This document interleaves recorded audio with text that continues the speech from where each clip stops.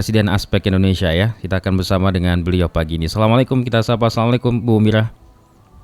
Waalaikumsalam warahmatullahi wabarakatuh, Mas Pujo. Iya, apa kabar Ibu? Sehatkah pagi ini? Ya, alhamdulillah meskipun badan pada pegel-pegel karena baru pulang jam 1 malam. Baru Setelah pulang jam dari 1. Jam 1 malam sampai rumah. Oke. Itu pada selesainya kurang lebih jam tengah malam Bu ya. Saya baca berita sampai jam Selesai setengah 12 kalau nggak selesai salah. 23. Ya, setengah 23. 12 malam. Betul. Wow. Betul.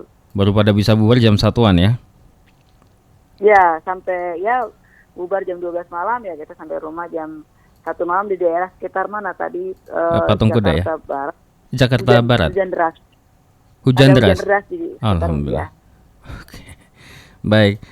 Bisa di-share Bu, ceritakan untuk aksi kemarin dari siang sampai Ya. malam itu ya. Jadi kami juga sudah dengar Ya. dari Solo kabarnya juga sudah disiapkan hampir 1 bulan bahkan ya, atau mungkin 1 Ya. pekan atau berapa waktu yang lalu memang sudah kita dengar akan ada rencana aksi ini. Bagaimana ini Bu? Iya. Ya memang rangkaian aksi ini bukan hari ini yang kami siapkan, tetapi ini betul tadi sudah hampir 6 bulan lalu kami siapkan gitu ya, bahwa aksi ini digawangi oleh gabungan aliansi aksi sejuta buruh, terdiri dari sekitar hampir 20 federasi dan juga 4 konfederasi besar, dikoordinatori oleh Bang Jumur Hidayat gitu, dan juga tentu kawan-kawan elemen mahasiswa, elemen masyarakat, ada juga kawan-kawan ya organisasi-organisasi massa yang memang punya tujuan yang sama dengan kita dengan buruh. Kami sudah memulai konsolidasi dari Aceh gitu ya, kemudian ke Papua, dan juga kami juga konsolidasi yang terdekat untuk Jabodetabek gitu di Jawa Barat di ujung yaitu di Banten, kemudian sampai kemudian ke Majalengka, Cianjur, Subang dan semuanya gitu ya. Dan memang kemarin itu diawali juga jauh hari tanggal 3 Agustus kami melakukan aksi long march dari Bandung Jakarta, dilakukan oleh kawan-kawan ASB ini, Aliansi Aktif Serikat Buruh, dan di sepanjang jalan itu memang luar biasa Mas Pujo. Jadi memang saya katakan luar biasa itu, saya menekan gitu ya, karena ternyata kami mendapatkan halangan-halangan yang bukan hanya dari aparat kepolisian, padahal kami sudah hanya dari aparat kepolisian, yang lain juga dari mana? Oh iya, ini luar biasa, saya nggak tahu siapa yang bermain ini. Okay. Masyarakat, mahasiswa, ada juga, ada satu kampus di Bekasi yang saya juga prihatin gitu ya. Oke, jadi menghalangi teman-teman buruh ini yang mau berpusat ke tempat aksi ya. Oke. Iya, padahal kita ini berjuang untuk mereka nih, adik-adik mahasiswa ya.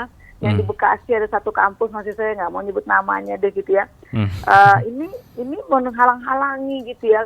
Kita sampaikan kami ini aksi ini untuk kalian gitu loh, untuk masa depan kalian. Udah dia diem tuh, artinya mereka mau orasi. Jadi nggak tahu siapa yang bermain di sini. Saya kira ada lah ya pemain-pemain yang mencoba menghalangi.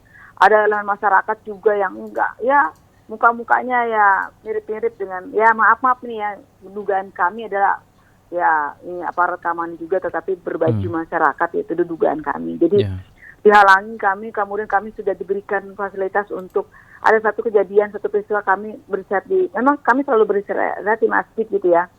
Kami beristirahat di masjid, ketua DKM sangat welcome, sangat memfasilitasi. Ketika ketua DKM pergi nggak ada, kami diusir oleh aparat keamanan gitu ya. Padahal itu kan masjid itu tempat yang bebas lah ya, sepanjang kami juga kami dituduh akan mencuri kotak amal. Kami ada statement itu dilontarkan oleh oknum aparat kepolisian. Nanti itu kotak amalnya dicuri sama kalian, dicuri toa-toa masjid untuk kepentingan kalian. Itu kami menyakitkan kan, itu statement itu. Padahal kami betul-betul hanya pengen istirahat, karena memang kami sudah kami rancang untuk istirahat itu selalu di masjid, karena masih tempat yang paling aman lah bagi kami gitu ya, dibandingkan tempat-tempat yang lain gitu. Jadi ketua DKM sudah oke gitu ya, masyarakat yang masih sudah oke, cuman sayang kami diusir, dan itu sering terjadi. Kemudian kami juga kebanyakan diusir dari masjid bukan oleh orang-orang masjid, bukan, tetapi oleh kawan-kawan ya petugas keamanan ini gitu ya.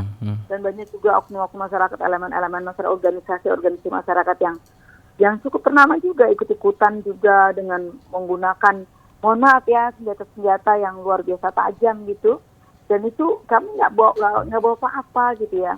Kan ini merinding saya menyaksikan dan mendengar itu, sedih rasanya bahwa yang kami usung itu bukan, mohon maaf ya, bukan ideologi komunis loh yang kami usung, bukan untuk menyebarkan ideologi komunis, bukan untuk menyebarkan ideologi sesat gitu ya, seperti kemarin yang terjadi di salah satu pondok pesantren itu. Tetapi yang kami sebarkan adalah kami mengajak kepada seluruh rakyat Indonesia, satu, kami meminta untuk kepada pemerintah negeri ini untuk taat kepada konstitusi Undang-Undang Dasar 45, yaitu cabut Undang-Undang Omnibus Law Cipta Kerja. Kan sudah diputuskan itu oleh MK 2021 bahwa undang-undang itu inkonstitusional bersyarat. Malah dijawab oleh si presiden dengan mengeluarkan perpu, dijawab oleh DPR dengan mensahkan sebagai undang-undang atas perpu itu. Padahal itu kan sudah inkonstitusional. Orang isinya sama kok, mirip-mirip kok gitu, nggak ada yang berubah gitu loh. Dan kemudian kami juga ini memperjuangkan kawan-kawan perawat, dokter di seluruh manapun di Indonesia ini untuk menolak undang-undang kesehatan yang betul-betul isinya itu sangat merugikan pekerja-pekerja kesehatan, dokter dan perawat Indonesia. Merugikan itu betulan. Dan kemudian yang ketiga, dan bukan hanya dokter dan perawat, seluruh Indonesia, rakyat itu dirugikan nanti kalau ada pandemi, bahwa ada pasal yang betul-betul merugikan rakyat itu di dalam undang-undang kesehatan itu. Lalu yang ketiga, kami juga ini mendukung, membela kawan-kawan yang ada di perbankan, ya, di sektor keuangan perbankan, di perpajakan, karena undang-undang di sektor keuangan perbankan ini, sektor keuangan merugikan nih para pekerja-pekerja di sektor keuangan, merugikan para pekerja-pekerja asuransi dan perpajakan. Kami meminta itu dicabut, dan itu kan pembelaan kepada kawan-kawan sektor keuangan. Yang keempat, kami ini memperjuangkan seluruh rakyat Indonesia tanpa kecuali. Ketika rakyat Indonesia udah pensiun, dia tidak boleh lagi dibebankan dengan yang namanya bayar pajak, bayar listrik dan sebagainya. Melalui apa? Kami meminta kepada pemerintah untuk menjalankan sistem jaminan sosial semesta sepanjang hayat. Ini kami lagi memperjuangkan itu gitu loh. Ini kalau orang tua rakyat Indonesia udah pensiun, udah dong, jangan dibebankan dengan yang namanya bayar listrik, bayar pajak segala. Melalui apa tadi? Kami minta kepada pemerintah untuk yuk jalankan jaminan sosial semesta sepanjang hayat bagi seluruh rakyat Indonesia tanpa kecuali. Jadi sekarang pejabat-pejabat ini kalau udah pensiun kan dia tetap bayar listrik, sedangkan pendapatan sudah nggak ada. Artinya jangan jumawa lah para pejabat-pejabat ini bahwa nanti kalau Anda pensiun, Anda udah nggak jadi siapa-siapa lagi. Anda tetap jadi seorang orang biasa yang harus bayar pajak, yang harus bayar ya listrik dan sebagainya gitu ya. Artinya ini kami berjuang untuk kawan-kawan adik-adik mahasiswa yang sekarang sedang mengenyam pendidikannya, sedang anak-anak SMA yang sekarang nanti lulus menjadi pekerja.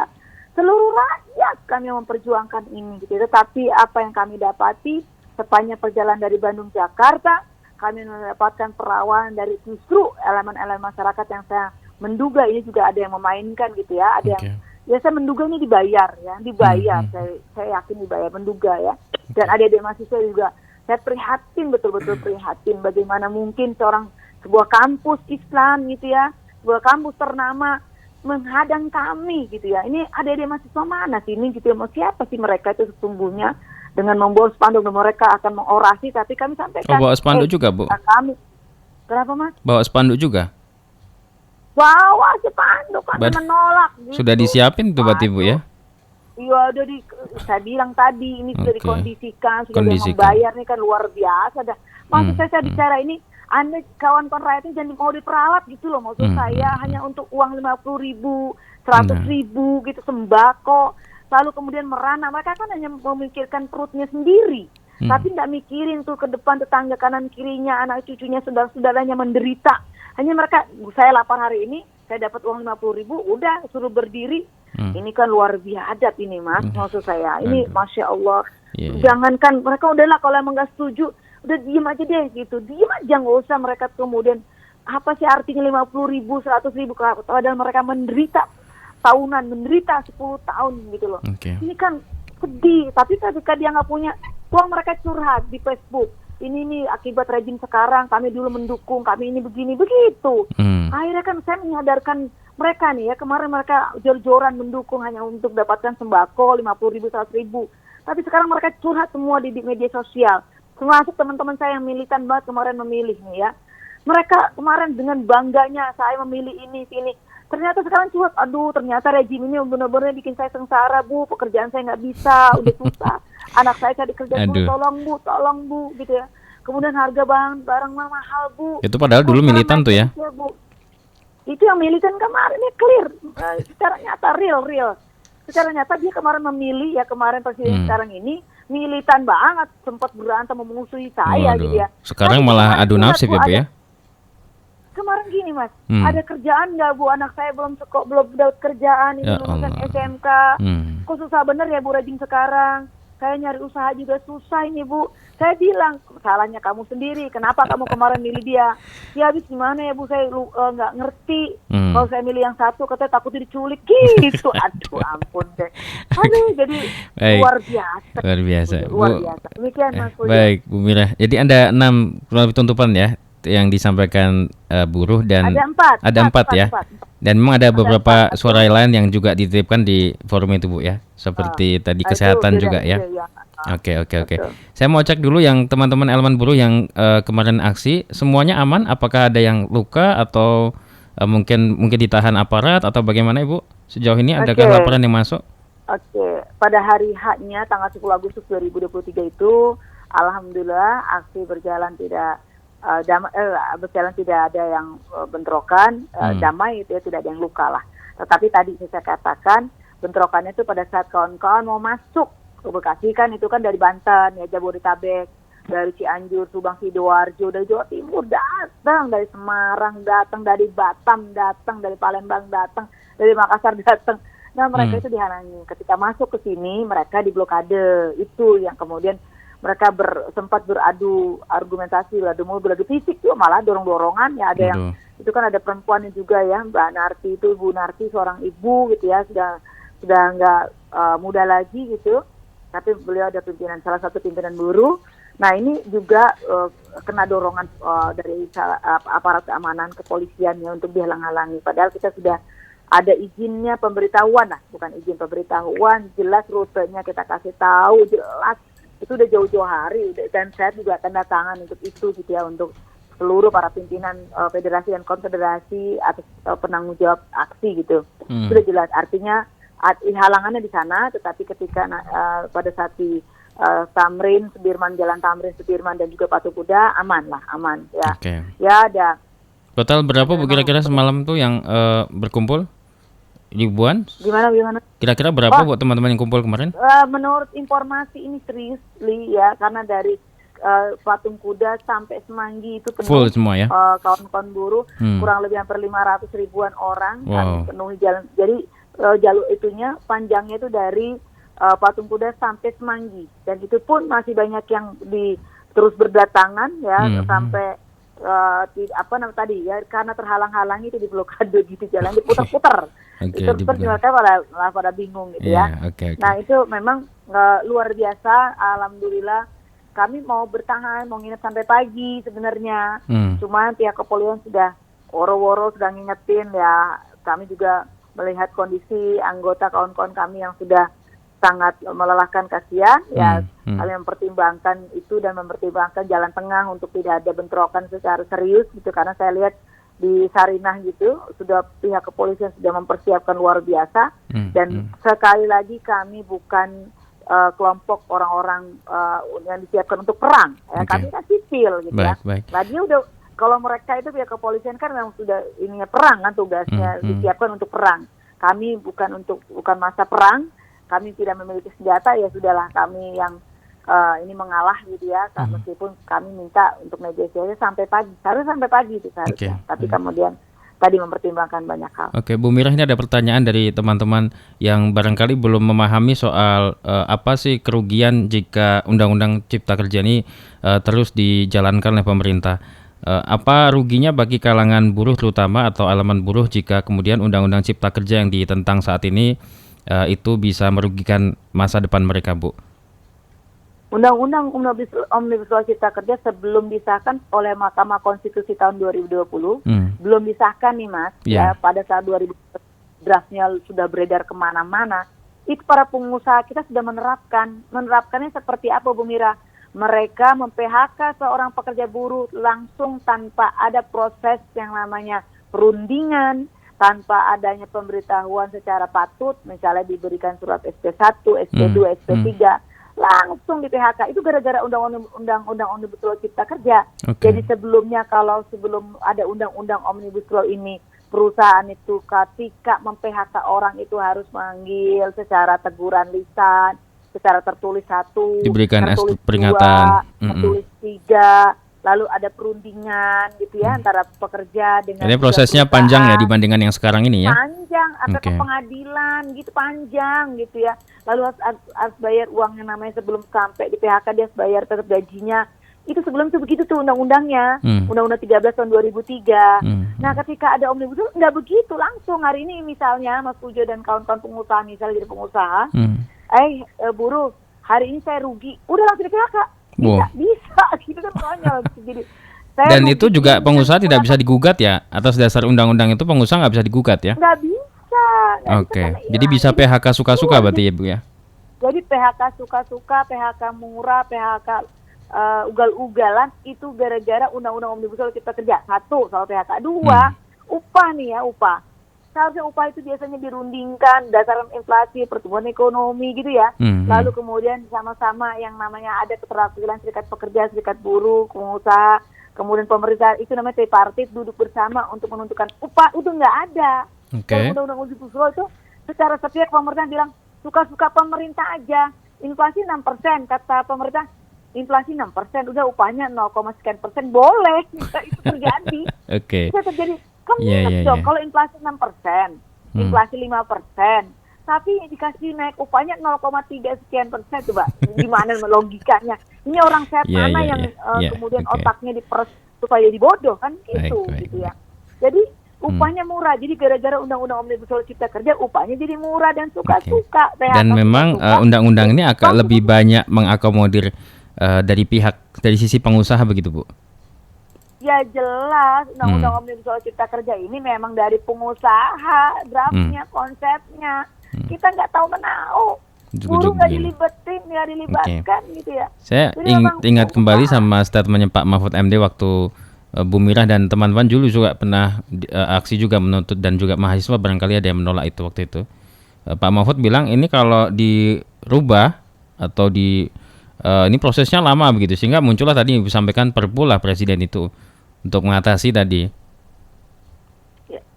Ya kalau Perpu ada persoalan, kecuali Perpu isinya itu membatalkan. Harusnya pemerintah boleh gini, pemerintah ngeluarin Perpu boleh, tapi harusnya dilakukan oleh pemerintah adalah mengeluarkan isinya Perpu membatalkan gitu, membatalkan undang-undang Omnibus Law Cipta Kerja, kan udah diputuskan inkonstitusional oleh MK. Jadi kenapa dia balik lagi kepada undang-undang yang sudah diputuskan inkonstitusional? Ini balik-balik seorang pakar hukum tata negara yang mau lulusan UGM, lulusan UI, manapun juga jadi puyeng gara-gara ini. Puyeng jadi kok dibolak-balik curhat ke saya, Mas. Bu Mira, jadi mohon maaf, jadi sia-sia nih ilmu saya. Kenapa? Jadi kenapa ya kok jadi saya yang balik lagi ke jadi nol katanya. Jadi yang suka bodoh mereka yang pakar hukum tata negara. Jadi aneh gitu lah, ini gimana sih, undang-undangnya sudah dinyatakan inkonstitusional, tapi dibuatkan Perpu yang isinya sama dengan undang-undang yang sudah dinyatakan inkonstitusional, kan konyol banget kalau menurut saya mah gitu ya. Kalau undang-undang itu diterapkan akan langsung setelah berapa tahun Bu? 2 tahun ya? Usai 2 tahun diterbitkan ya? Jadi gini, putusan Mahkamah Konstitusi 2021 itu menyatakan Undang-Undang Omnibus Law Cipta Kerja itu inkonstitusional dan diberikan waktu 2 tahun untuk perbaikan ya kepada pemerintah untuk diperbaiki gitu ya. Nah, ini kalau tidak 2 tahun nggak ada perbaikan, maka kembali kepada Undang-Undang 13 tahun 2003, Undang-Undang sebelumnya lah, semuanya kan itu klaster bukan ketenagakerjaan aja kan.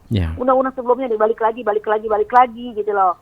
Itu udah ada tuh klausulnya itu oleh majelis hakim, tapi kalau dijawab dia bikin Perpu yang isinya malah sama.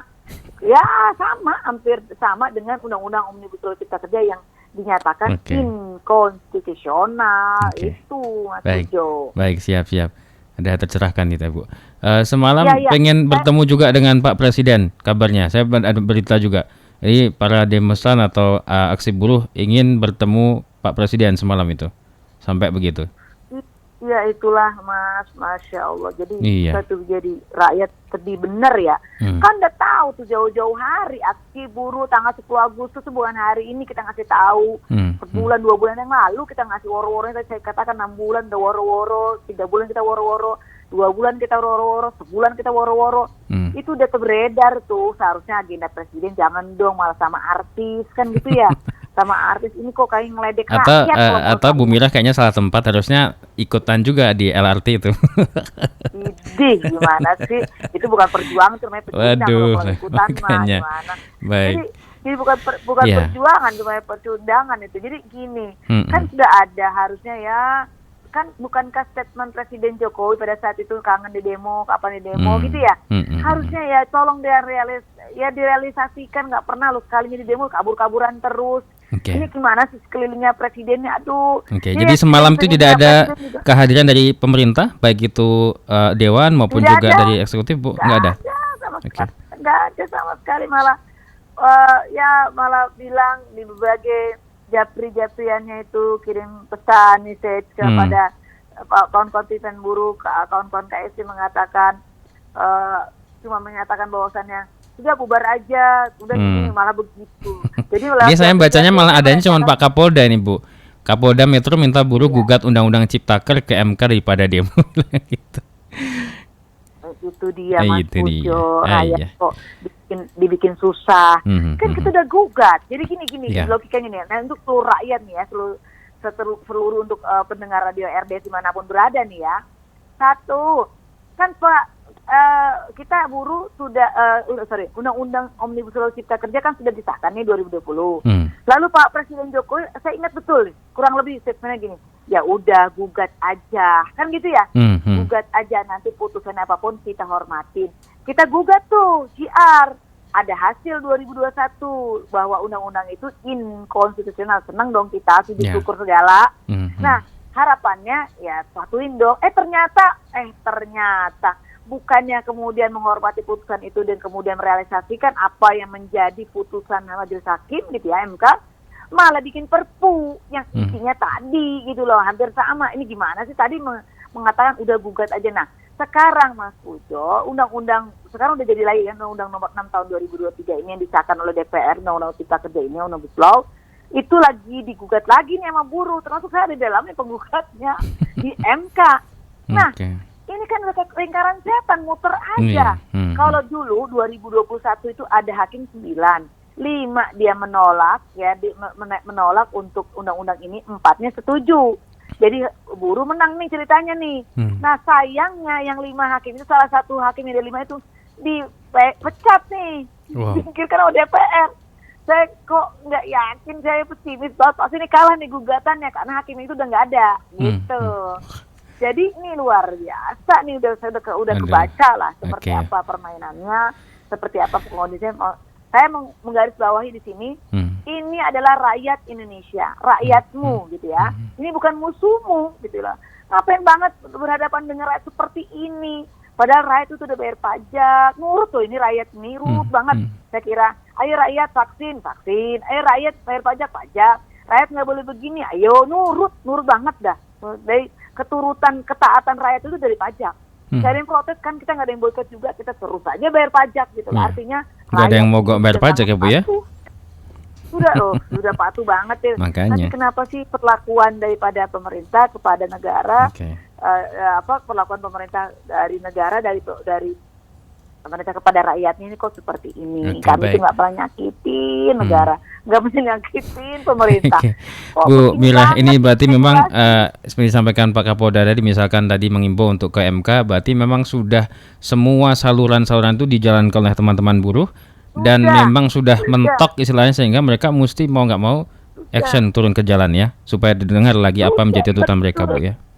Dan kami sadar betul Mas, kami sadar betul. Demo ini kalau gini-gini juga kayak karnaval nih, nggak bakalan juga didengerin kan gitu. Makanya kami pengen nginep itu gitu loh. Makanya kami sampai malam, sampai pukul 11:30 malam gitu. Makanya aduh, tetep aja ini Masya Allah, harusnya rakyat semua rakyat ikut gabung lah gitu. Baik. Gitu, Mas. Ke depan Ibu, tentu ini harapan dan doa teman-teman juga, karena sudah usahalah, berupaya segala macam, dan mudah-mudahan saja Pak Presiden mendengar siaran kita pagi ini dan kemudian mungkin ada agenda ke depan seperti apa dari langkah yang sudah disampaikan teman-teman buruh di Kamis kemarin, Ibu. Ya, harapan kami tentu, kalau harapan kan nggak boleh putus ya. Manusia harus terus berharap, manusia harus terus tidak boleh berputus asa gitu ya. Jadi entah ada satu waktu ya, karena memang keterbatasan manusia terkait dengan rasa sabar gitu ya. Sabar itu, padahal sabar itu tidak ada batasnya gitu ya. Tetapi satu hal yang kami miliki adalah kami tidak mau berputus asa, kami tidak mau berputus harapan dari apapun itu. Maka kami masih terus berharap bahwasannya pemerintah Republik Indonesia mulai yang sekarang ini Pak Jokowi menjelang detik-detik berakhirnya di 2024, buatlah sebuah regulasi yang membuat senang hati rakyat. Jadi berpihaklah kepada rakyat untuk sekali ini saja gitu ya. Cabutlah undang-undang Omnibus Law Cipta Kerja, cabutlah undang-undang kesehatan, cabutlah seluruh produk undang di sektor keuangan yang terkait dengan Omnibus Law. Ini kan ada 3 nih. Undang-undang Cipta Kerja, Omnibus Law Ketenagakerjaan ada sudah ditolak. Undang-undang Omnibus Law Kesehatan ditolak. Undang-undang Omnibus Law sektor keuangan ditolak. Nanti akan ada lagi undang-undang Omnibus Law yang lain yang akan merugikan seluruh rakyat. Masa ya sampai kapan gitu ya? Nah, kemudian baliklah kembali lagi kepada amanat konstitusi Undang-Undang Dasar 45 untuk menjalankan secara murni.